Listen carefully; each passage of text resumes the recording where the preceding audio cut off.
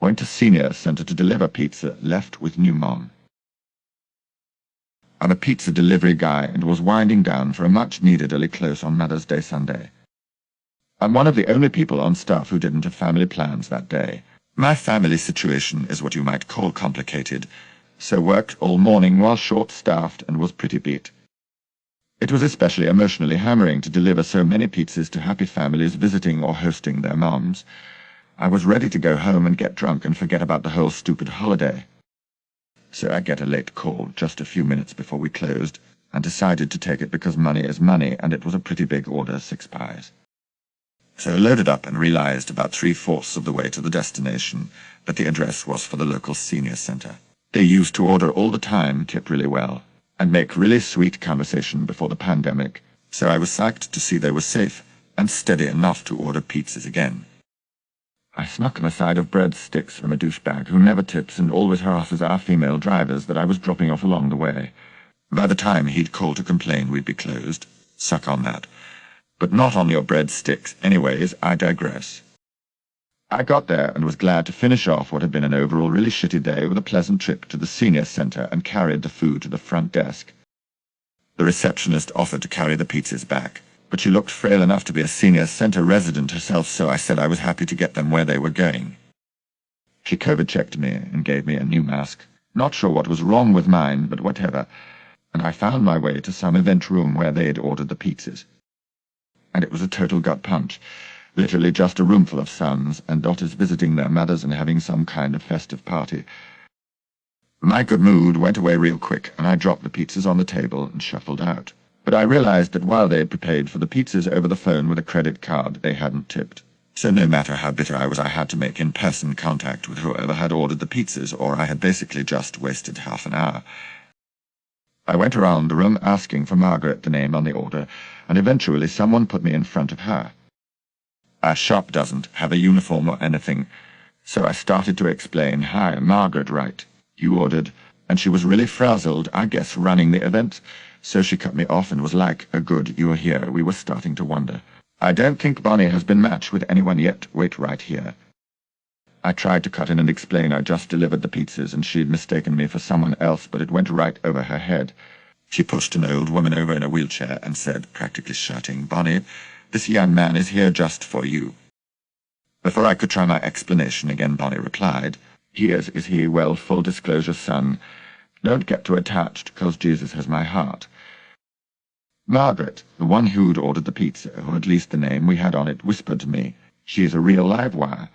Have fun," and then Margaret and my tip were in the wind. Bonnie looked up at me and goes, "You like bridge? I hope you brought your checkbook," and started wheeling away to a table. I followed her, thinking I'd better not lose track of her until I could return her to Margaret. I spotted a woman with an ID badge who looked like she knew what she was doing, and explained that I was the pizza delivery guy, but someone had left me with this old woman in my charge. I guess my explanation wasn't clear enough because I said something like, "Hey, I was actually delivering some pizzas up here." And the girl says, "You brought pizza. Oh, that's so nice. I'll make sure you're compensated." So at first I thought, great, all resolved now. But no. She gave me a wad of cash, and this organizer disappeared, leaving me with Bonnie and her deck of cards. I kept looking for Margaret to return this lady to, but also did kind of enjoy making conversation with her, and knew no other deliveries would be coming in since we'd closed on my drive over. I actually did like listening to Bonnie talk about the YouTube conspiracies she wholeheartedly believed, and the spat she was having with the arts and crafts chaperone and so on. She even gave me a recipe. But I was worried that she had dementia and thought I was a family member, or that she was expecting a particular visitor, and at any moment a guy would storm in and say, "What are you doing with my aunt?" or something. So finally, I saw the second organizer again, the one who'd given me the cash. I figured Margaret may never return, so I shouldn't wait for her, and I pulled the organizer aside and said, "Look, there's been a mix-up. I don't really know this woman." The organizer seemed distracted. She was doing several things at once, and she very casually said, "There's no mix-up. The pairings were totally random. You weren't expected to have much in common. You'll get to know her. Don't overthink it," and receded back into the crowd while I was still saying, "No, I'm just delivering pizza." At that point, I seriously considered leaving because it wasn't my fault that these people were unorganized. But Bonnie was waiting for me with this huge grin on her face to play more cards, and it didn't look like there were any real relatives coming for her, so I figured I would stick it out for a few more games. I was eventually able to pick up in context from eavesdropping on other pairs that this was not a mother-child extravaganza. It was a volunteer event for women living at the senior home without kids or whose kids couldn't visit them. It was a huge relief because I would have felt really terrible if she was a dementia patient who thought her son had come. Especially because I was kind of enjoying being mothered by her for lack of a better term. It felt really good to have someone asking what I was doing at work and saying they were proud of me for things that weren't actually a big deal. She proudly bragged to everyone we passed on our courtyard walk about this silly little Employee of the Week award I'd just won. Basically title only, you get your photo on the wall, but everyone gets it at some point, and usually more than once, but she made it feel really important. And I really secretly loved how she got outraged over minor transgressions on my behalf. Like, I told her how my landlord is sticking it to me on repairs, and she was like, he's quite the ripe hare in the tuner with such sincere gusto. She said she knew a guy who could tune him up for me, and I don't think she was talking about repairs, but I didn't follow up haha. Every time I tried to extricate myself, she'd have another activity she'd want to do. Once we finished cards, she wanted to do arts and crafts. Once we did that, she wanted me to push her around the courtyard. Once we did that, she was famished from the walk, even though all she did was sit in her wheelchair, and wanted pizza. And I'd fed her to slices before an orderly appeared and angrily informed me she was not supposed to eat pizza. I don't know how she then ended up with a third slice, but I seriously did not give it to her. Finally, the party was winding down, and she wanted me to hang out and watch a game show with her. About 30 seconds into the show, she was asleep. I left her a coupon, even though I guess she isn't supposed to eat pizza, and headed home. It was kind of nice to spend Mother's Day doing Mother's Day type stuff. Really nice, actually. At this point in my life, and career, if you want to call it that, I can have no wholly good memories that involve pizza, but this was pretty close. So happy Mother's Day to those who celebrated, and happy Russian Victory Day to those who didn't.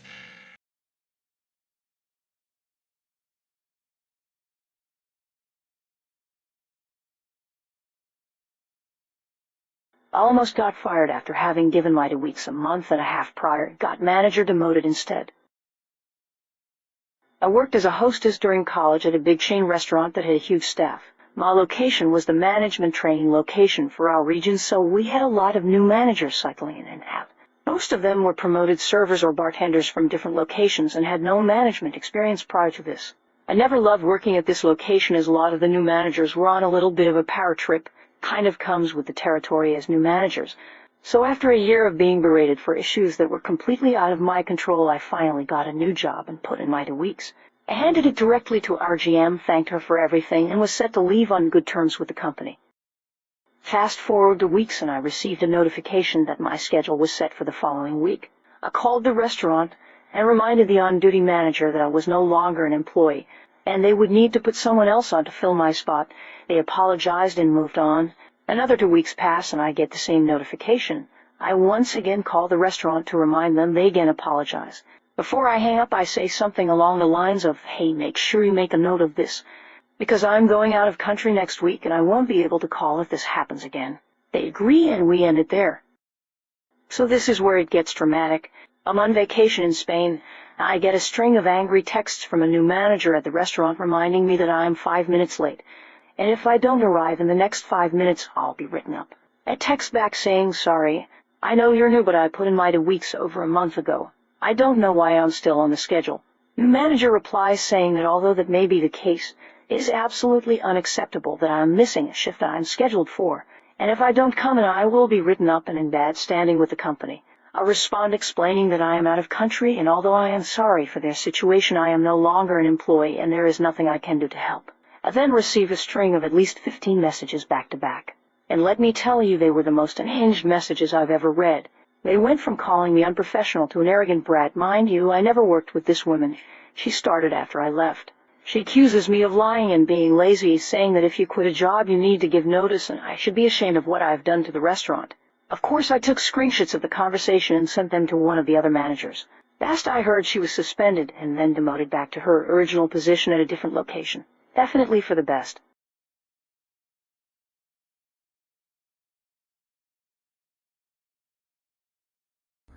check out my other marvelous videos.